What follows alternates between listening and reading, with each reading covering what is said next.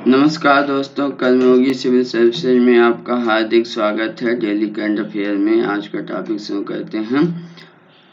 पहला टॉपिक है संसद का मानसून सत्र। ये अभी इसलिए है कि अभी जो है संसद का मानसून सत्र अभी हाल ही में शुरुआत हो गई है। इसका जो है संसद के मानसून सत्र से संबंधित जो है अनुच्छेद संविधान में अनुच्छेद 85 है। इसके अनुसार ये बात कही गई है कि संसद के 2 सत्रों के मध्य 6 महीने से अधिक का अंतराल नहीं होगा। अर्थात इसका मतलब ये हुआ कि एक वर्ष में कम से कम 2 बार संसद की बैठक होना जरूरी है।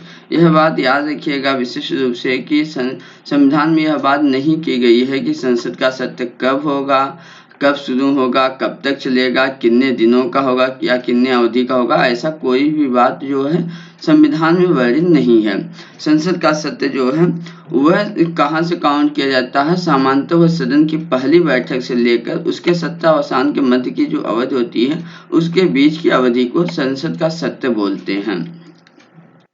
संसद का सत्र आहूत किया जाना, आहूत मतलब बुलाया जाना या उसका संपन्न शुरुआत किया जाना। संसद का सत्र जो है राष्ट्रपति के द्वारा आहूत किया जाता है और समय समय पर राष्ट्रपति जो है ऐसे समय को भी निर्धारित करता है कि कब आहूत किया जाना है, कब बैठक शुरू होनी है, कहाँ पर होनी है और कितने समय के लिए करनी है। ये चीजें जो है राष्ट्रपति निर्धारित करता है, आहूत करते वक्त बुलाता है। व्यवहारिक तौर पे ये तो सिद्धांत है कि राष्ट्रपति कहता है, लेकिन व्यवहारिक तौर पे संसद को जब आहूत किया जाता है तो इस बात के निर्णय जो है संसद की कैबिनेट समिति जो होती है संसदीय मामलों की, वह जो है और जिसकी अध्यक्षता प्रधानमंत्री करते हैं वह निर्णय लेती है और इस चीज को जो है राष्ट्रपति को प्रस्तावित करती है। राष्ट्रपति उस आधार पर नोटिफिकेशन जारी कर देते हैं। तो इसका मतलब ये हुआ कि यह जो है एक तरह से कार्यपालिका के अध्यक्ष के पास होती है संसद सत्र को आहूत किए जाने की शक्ति, इनडायरेक्टली रूप से कह सकते हैं। संसदीय सत्र का क्या महत्व है? इसका महत्व ये है कि इसी दौरान जब संसद चलते हैं, संसदीय सत्र चलता है, उसी दौरान विधि का निर्माण, कानून निर्माण, ये सारी चीजें की जाती हैं। सरकार कैसे काम कर रही है, अच्छी कर रही, नहीं कर रही है, राष्ट्रीय मुद्दे क्या हैं, अंतर्राष्ट्रीय मुद्दे क्या हैं, इन समस्त चीजों पर बात जो है संसद में होती है और इस संसद में जो बात चर्चा होती है इसका महत्व होता है, इसका सामाजिक व्यापक प्रभाव भी पड़ता है, इससे सरकार और जनमत भी प्रभावित होते हैं। यह जो संसदीय सत्र का चलना लोकतंत्र के लिए भी बेहतर है। लोकतंत्र के लिए अगर एक संसदीय सत्र बराबर चल रही है इसका मतलब एक स्वस्थ जो है संसदीय व्यवस्था चल रही है ना, ये चीज है। अगला टॉपिक है हम हब्बल स्पेस टेलीस्कोप। यह न्यूज में क्यों है? न्यूज में इसलिए है कि पिछले कुछ दिनों से जो है इसका हब्बल स्पेस टेलीस्कोप का कुछ भाग जो है गड़बड़ होने की वजह से उसको सेफ मोड पे रख दिया गया था। सेफ मोड मतलब ऐसे ही रख दिया गया था, अब जो है उसको जो है सही कर लिया गया है। जो समस्या हुई थी वह उसके एक पेलोड के कंप्यूटर में खराबी आ गई थी, इसकी वजह से। देख लेते हैं हब्बल स्पेस टेलीस्कोप क्या है।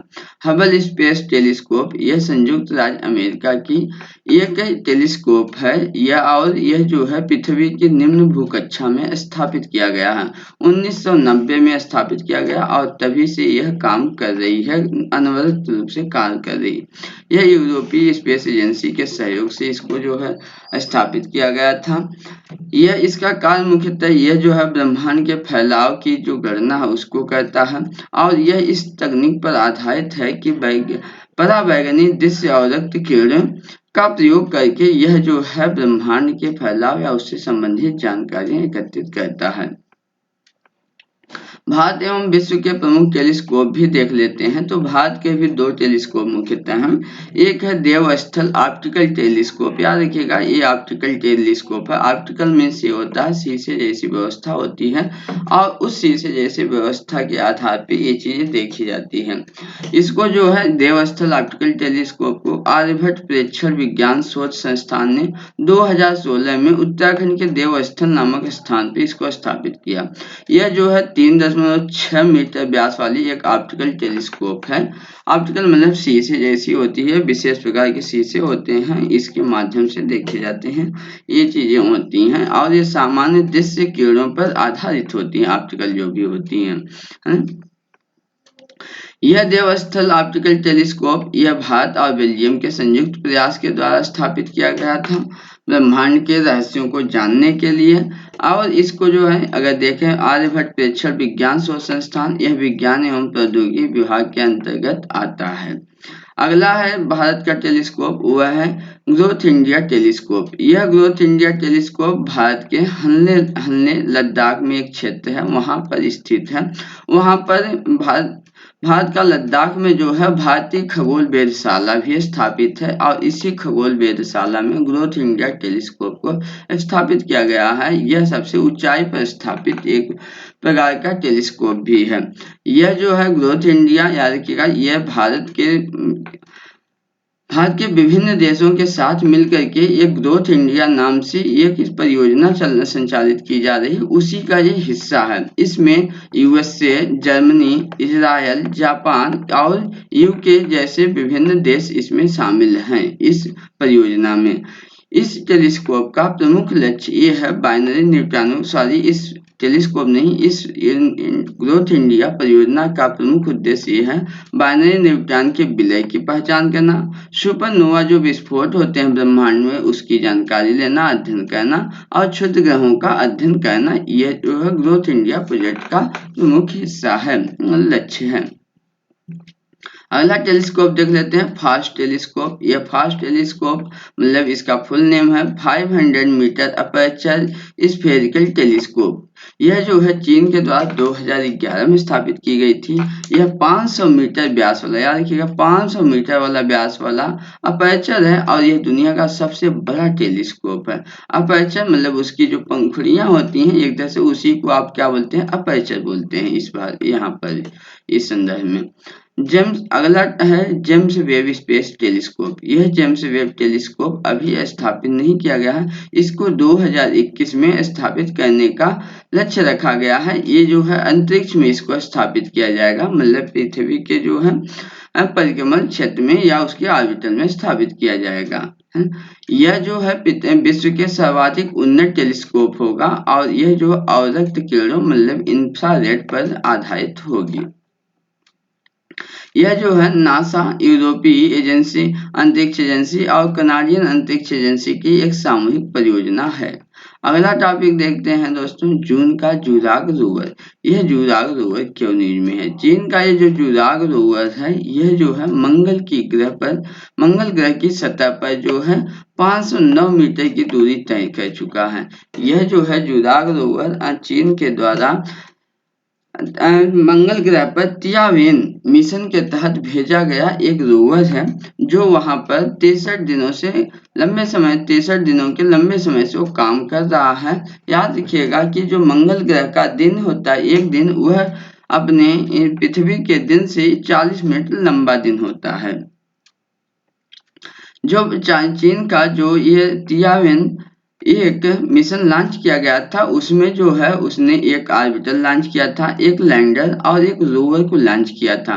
ऑर्बिटल क्या होते हैं? ऑर्बिटल जो होते हैं जिस ग्रह पर भी भेजे जाते हैं उस ग्रह के चारों ओर घूमता हुआ एक उपग्रह होता है जो उस उपग्रह पर जो है जानकारी इकट्ठा करता है, उस उपग्रह का मानचित्र लेता। मान लीजिए अगर ये जो है आपका मंगल ग्रह हो तो इसके चारों ओर जो है एक घूमता हुआ ऑर्बिटल मतलब एक उपग्रह छोड़ दिया जाता है। ये क्या करता है? इस ग्रह का सारे मानचित्र जानकारी लेता है। जब यहाँ पर लैंडर उतारा जाता है, लैंडर एक ऐसा व्यवस्था होती है जो इस ग्रह या किसी ग्रह पर के जाकर के उतरता है और वहाँ का मानचित्र लेता है। एक सिस्टम, एक व्यवस्था होती है, एक मशीन होती है कह सकते हैं, वहाँ पर लैंड करता है ना। अब इसमें से एक रोवर निकलता है। रोवर क्या होता है? यह ऑटोमेटेड होता है या रोबोटिक बोल सकते हैं आप। ये एक तरह का रोबोटिक होता है जिसमें बहुत सारे कैमरा, शोध संस्थान, शोध संबंधित उपकरण लगे होते हैं और यह यहाँ पर किसी भी ग्रह पर उतर करके वहाँ का अध्ययन करता है, जानकारी लेता है। और यह याद रखिए यह ऑर्बिटल भी मानचित्र पृथ्वी पर भेजता है इस सेंटर पे जो छोड़ा होता है सेंटर। और यहाँ पर जो रोवर लगा होता है इस रोवर में भी कैमरे होते हैं, यहाँ से भी जो है मानचित्र पृथ्वी भेजे जाते हैं। तो यह तियावेन में चीन ने तीनों चीजों को भेजा था। चीन का जो यह मिशन था, इसमें जो है उत्तरी गोलार्ध के यूटोपिया प्लेटिना नामक एक विशाल मैदान है, वहां पर यह उतरा था चीन का जो है यह लैंडर। इस अभियान का जो प्रमुख उद्देश्य है वह मंगल ग्रह के भूवैज्ञानिक मानचित्र तैयार करना, उसकी मृदा की परीक्षण करना, वहां पर संभावित पानी और बर्फ के भंडारों की खोज करना, मंगल ग्रह की सतही संरचना क्या है इसका अध्ययन करना, वहां का वातावरण और जलवायु क्या है इसकी जानकारी करना, और मंगल ग्रह पर विद्युत चुंबकीय तथा गुरुत्वाकर्षण क्षेत्र तथा उसका प्रभाव किस तरह का है, इन समस्त चीजों का अध्ययन करना इस प्रोजेक्ट का प्रमुख उद्देश्य था। कुछ और भी मुख्य तथ्य बातें देख लेते हैं। यह जो है चीन का तियावन मिशन रोवर मंगल ग्रह पर सफल लैंडिंग कराने वाला तीसरा राष्ट्र चीन बन गया है। इससे पहले सबसे पहले सोवियत रूस, उसके बाद संयुक्त राज्य अमेरिका किया था, रोवर उतारा था। ये बात ध्यान रखिएगा कि 1971 में सबसे पहले मंगल ग्रह पर अंतरिक्ष यान भेजने वाला सोवियत रूस विश्व का प्रथम देश था। एक ही साथ परिक्रमण, लैंडिंग और भ्रमण संबंधित तीनों क्रियाकलाप करने वाला या भेजने वाला चीन पहला देश बन गया है। मंगल ग्रह पर भेजे जाने वाले विश्व के अन्य देश भी देख लेते हैं, अन्य मिशन भी देख लेते हैं। नासा का पर्सिवरेंस रोवर, जैसा कि आप न्यूज में देखते रहते हैं, आते रहता है। संयुक्त अरब अमीरात का होप मार्स मिशन, याद रखिएगा ये जो है फरवरी में लॉन्च किया गया था, और होप मार्स मिशन यह अरब देशों का पहला ऐसा मिशन है। भारत का भी मार्स मिशन है जो 2008 में लॉन्च किया गया था, मार्स ऑर्बिटर मिशन या मंगलयान मिशन भी बोलते हैं इसको। सॉरी दोस्तों, ये जो है भारत का मार्स ऑर्बिटर मिशन 2008 में नहीं, ये 2014 में लॉन्च किया गया था। अगला टॉपिक देख लेते हैं, कृष्णा एवं गोदावरी नदी प्रबंधन बोर्ड का क्षेत्राधिकार। देख लेते हैं ये नदी प्रबंधन बोर्ड क्या होते हैं, उनका क्षेत्राधिकार क्या होता है। अभी न्यूज में ये है कि अभी जो है कृष्णा और गोदावरी इन दोनों नदियों के लिए दो अलग अलग प्रबंधन बोर्ड स्थापित किए गए हैं। इन प्रबंधन बोर्ड को जो है केंद्र सरकार ने एक 2 राजपत्रित अधिसूचना जारी करके इनके प्रशासन, विनिमय, संचालन और रखरखाव संबंधी क्षेत्राधिकार में वृद्धि की है, क्षेत्राधिकार को बढ़ा दिया है एक तरह से। इसमें देख लेते हैं, ये जो है यह कृष्णा और गोदावरी नदी पे जो बोर्ड है इसका गठन करने का प्रावधान वो जो है आंध्र प्रदेश पुनर्गठन अधिनियम 2014 के प्रावधान के तहत किया गया है। अर्थात आंध्र प्रदेश पुनर्गठन अधिनियम 2014 में यह व्यवस्था की गई थी कि कृष्णा और गोदावरी नदी के प्रबंधन के लिए एक एक बोर्ड की स्थापना की जाएगी। उसी कानून के तहत इसकी स्थापना की गई है। इन बोर्डों की कामकाज को निगरानी करने के लिए एक शीर्ष परिषद मतलब काउंसिल का भी गठन किया गया है, उसका भी प्रावधान है इस कानून में। देख लेते हैं अंतरराज्यीय जल विवाद से संबंधित क्या क्या प्रावधान है भारत में या कानून में, उसके लिए क्या तंत्र है। अंतरराज्यीय नदी जल विवाद से संबंधित प्रावधान संविधान के अनुच्छेद 262 में जिक्र किया गया है। इसके तहत यह बात किया गया है कि अगर अंतरराज्यीय जल विवाद होता है तो उसका न्याय निर्णय संबंधी प्रावधान इस अनुच्छेद के तहत है। इसके तहत यह बात कही गई है कि संसद कानून के द्वारा अंतर नदी जल का उपयोग, उसका वितरण और नियंत्रण के संबंध में अगर कोई शिकायत है, कोई विवाद समाधान है, तो इसके समाधान के रूप में एक तंत्र स्थापित कर सकती है। कौन कर सकती है? संसद कर सकती है। इस प्रकार जो है संसद ऐसा भी प्रावधान कर सकती है कानून बना करके कि इस जो भी तंत्र स्थापित करेगी संसद, उसका जो है निर्णय अंतिम होगा और उसके निर्णय को किसी न्यायालय में जो है वो नहीं किया जा सकता, किसी न्यायालय में चुनौती या अपील नहीं की जा सकती, ऐसा भी संसद प्रावधान कर सकती है। इस कानून के इस प्रावधान के बाद क्या संसद ने कानून बनाया है इसके देख लेते हैं। संसद ने इस संबंध में दो मुख्यतः कानून बनाए हैं। पहला कानून है 1956 का नदी बोर्ड अधिनियम, रिवर बोर्ड एक्ट। इस रिवर बोर्ड एक्ट के तहत केंद्र सरकार को नदी बोर्ड गठन करने का प्रावधान करने का व्यवस्था की गई है। यह जो है बोर्ड नदियों के नियमन और विकास के लिए स्थापित किया जाता है। यह जो है नदी बोर्ड, यह राज्य सरकारों को सलाह भी देती है। अगला है कानून तैयार किया गया 1956 का ही अंतरराज्यीय जल विवाद अधिनियम। इस अधिनियम के लिए याद रखिएगा, पहला है नदी बोर्ड अधिनियम, दूसरा अंतरराज्यीय जल विवाद अधिनियम। इस अधिनियम के तहत यह प्रावधान किया गया है कि जब 2 या 2 से अधिक राज्यों के मध्य अगर कोई विवाद होता है जल से या जलघाटी से संबंधित, तो उस केस में केंद्र सरकार एक एडहॉक ट्रिब्यूनल स्थापित कर सकती है। इस एडहॉक ट्रिब्यूनल का निर्णय अंतिम होगा और सभी पक्षकारों पर बाध्यकारी भी होगा। ये भी है, इसी के तहत कहा गया है कि इसके निर्णय को जो है किसी न्यायालय या सर्वोच्च न्यायालय के क्षेत्राधिकार में भी नहीं आएगा, मतलब इसका निर्णय अंतिम होगा और अपील नहीं की जा सकती है। अगला टॉपिक देख लेते हैं, एक्सटर्नल बेंचमार्क लेंडिंग रेट। ये क्या है? एक्सटर्नल मतलब बाहरी, बेंचमार्क लेंडिंग मतलब रेट है ना। अभी न्यूज में क्यों है? न्यूज में इसलिए है कि भारत में मौद्रिक संचरण पर रिजर्व बैंक की एक रिपोर्ट, इस रिपोर्ट का नाम है भारत में मौद्रिक संचरण। इसके अनुसार यह बात सामने आई है कि एक्सटर्नल बेंचमार्क लेंडिंग रेट से जुड़े जो बकाया ऋण हैं उनकी हिस्सेदारी सितंबर 2019 से लेकर मार्च 2021 तक 28.5% हो गई है, मतलब तेजी से वृद्धि हुई है एक्सटर्नल बेंचमार्क लेंडिंग रेट के केस में, है ना।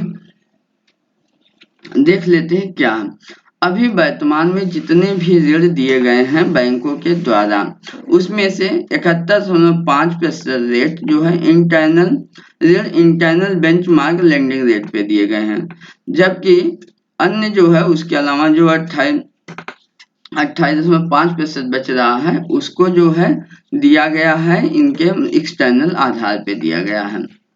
ये जो है एक्सटर्नल देख लेते हैं, एक्सटर्नल लेंडिंग बेंचमार्क क्या है। एक्सटर्नल बेंचमार्क लेंडिंग रेट एक व्यवस्था है जिसके तहत अभी तक बैंक जो भी ऋण देते थे किसी भी व्यक्ति को, किसी भी संस्थान को, वह किस आधार पे देते थे। अभी पर जो आधार हुआ करता था वह इंटरनल बेंचमार्क लेंडिंग रेट होता था, अर्थात आरबीआई जो है तय कर देती थी कि इस आधार पे आप जो है एक्सटर्नल मतलब कि ऋण दे सकते हैं उसमें। लेकिन अभी क्या कह दिया गया है, आरबीआई ने जो तय किया है उसके तय के साथ साथ ठीक है ये भी बात कह दी गई है कि इस समूह में से किसी अन्य को भी अपना सकता। पहले क्या होता था, इंटरनल बेंचमार्क लेंडिंग रेट, आधार दर, ऋण दर की सीमांत लागत मतलब MCLR, इन आधारों पे क्या होते थे, ऋण दिए जाते थे। अभी जो है आरबीआई ने अक्टूबर 2019 में यह घोषणा की कि बैंक जो है इन आधारों में से किसी एक को भी अपनाने के लिए स्वतंत्र हैं। वह या तो आरबीआई के रेपो रेट के आधार पे जो है अपने ऋण दे सकते हैं, या तो 51 दिवसीय टी बिल्स मतलब ट्रेजरी बिल्स के आधार पर, उनके यील्ड के आधार पर दे सकते हैं, या तो वह 182 दिन के ट्रेजरी बिल के यील्ड के आधार पर दे सकते हैं, या वह वित्तीय बेंचमार्क इंडिया प्राइवेट लिमिटेड द्वारा विकसित कोई अन्य बेंचमार्क के आधार पर भी ब्याज दे सकते हैं, ऋण दे सकते हैं। यह बात कही है, इसी को क्या बोलते हैं, एक्सटर्नल बेंचमार्क लेंडिंग रेट बोलते हैं। देख लेते हैं एक्सटर्नल आधार रेट, इसमें एक शब्द आया था आधार रेट। अभी एक्चुअल में आधार रेट 2010 से 2016 के बीच में लागू किया गया था, वर्तमान में आधार रेट नहीं है। यह जो है न्यूनतम ब्याज दर थी। इसमें जो है जो बैंक होते थे वह आधार रेट मतलब ऋण देने के लिए उनकी धन की क्या लागत आती है, संसाधन की संबंध लागत क्या आती है और निवल मूल्य पर क्या वापसी होती है, इस आधार पे जो मानक होता था उसको तय करने के बाद जो है ऋण की दर तय करते थे। MCLR देख लेते हैं। MCLR क्या था? यह 2016 में प्रभावी हुआ था। यह जो है एक फ्लोटिंग रेट है, जो ऋण के लिए एक बेंचमार्क ऋण है। यह जो है वह न्यूनतम ब्याज दर है जिस पर वाणिज्यिक बैंक ग्राहकों को उधार देते हैं। अब इससे जुड़े कुछ देख लेते हैं, क्या फायदे हैं क्या नुकसान है, इनको देख लेते हैं। एक्सटर्नल बेंचमार्क लेंडिंग रेट, ये क्या है? इसको लागू करने से पूर्ण पारदर्शिता और एक मानकीकरण सुनिश्चित होगा, ये भी बात होगी। और यह जो है बैंक बाहरी बेंचमार्क पे विस्तार अपने ऋण विस्तार करने के लिए स्वतंत्र होंगे। और ये जो है हर 3 महीने में कम से कम एक बार बाहरी बेंचमार्क के अनुसार रीसेट करेंगे बैंक अपनी ऋण की दर को।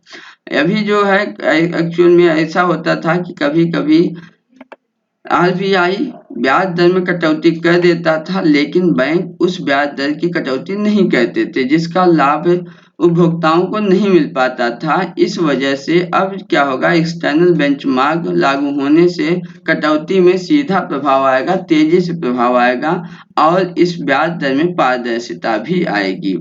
अभी जो है बैंक ऋणों की तुलना आसान होगा और अधिक पारदर्शी होगा कि कौन बैंक कितना सस्ता दे रहा है और कौन महंगा ब्याज दे रहा है। पारदर्शी भी होगा, इन बैंकों के प्रति जो है के बीच प्रतिस्पर्धा भी बढ़ेगी।